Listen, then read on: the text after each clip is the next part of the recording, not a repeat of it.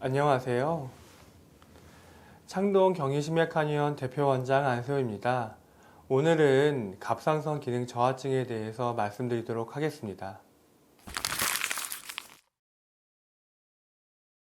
갑상선 기능 저하증은 갑상선 호르몬이 정상량보다 적어진 상태를 의미를 하는데요. 갑상선은 목 앞쪽에 위치한 갑상선 호르몬이 나오는 나비 모양의 기관입니다. 이곳에서 갑상선 호르몬이 나오게 되는데 갑상선 자체에 이상이 생겨서 갑상선 호르몬이 나오지 않는 경우가 있고요. 뇌하수체에서 갑상선에 갑상선 호르몬을 만들라고 명령을 내리는데 이러한 명령 체계가 문제가 생겨서 갑상선 호르몬이 나오지 않게 되는 경우가 있습니다. 갑상선 호르몬이 줄어들게 되면 사람들이 기운도 없고 무기력해지고 식욕도 줄어들고 체중도 증가하는 증상들을 보이게 됩니다.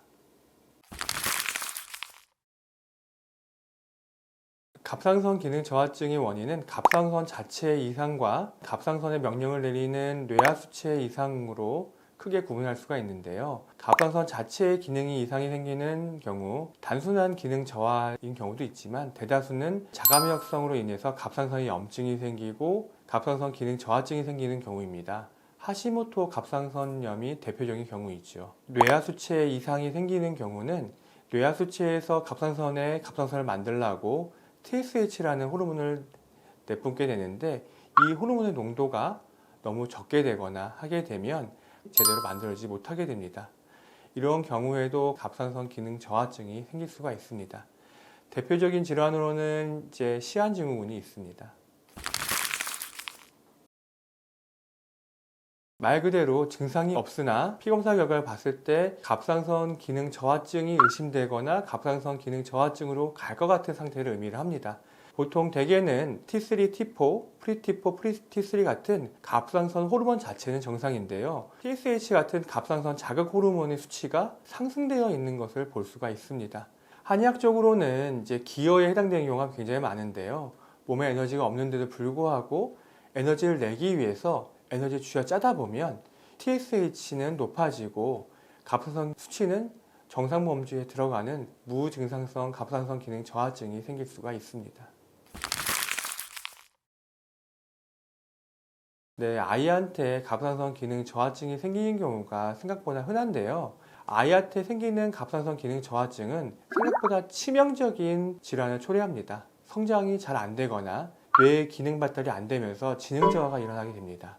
이런 경우에는 아이가 시간이 지나서 갑상선 약을 먹는다 하더라도 적절한 시기에 놓치게 되면 영구적인 지능장애가 남을 수가 있어서 아이가 봤을 때 너무 막 추위를 탄다든가 또는 활동성이 떨어진다든가 한다 그러면 검사를 해보고 약을 조기부터 복용하시는 것이 중요합니다. 아이가 엄마 뱃속에서 갑상선이 제대로 만들어지지 않거나 또는 갑상선 합성 과정에서 장애가 생겨서 갑상선 호르몬이 잘 안 만들어지는 경우에 이러한 증상들이 생길 수가 있습니다.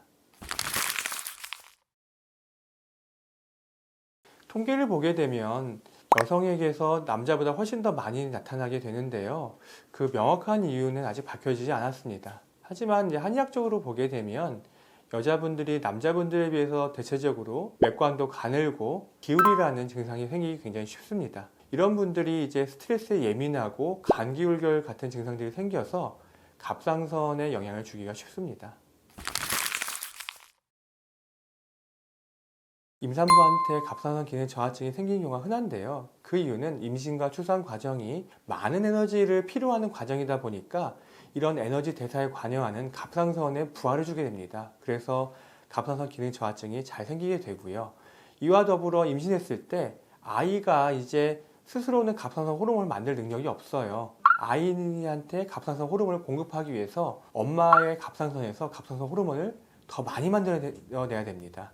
엄마 몸에 갑상선의 부하가 가중되게 되고 갑상선에 질환이 생기는 가능성이 굉장히 높아지게 됩니다. 규칙적으로 운동하고 유산소 운동하고 적절한 운동하는 것은 굉장히 좋습니다. 하지만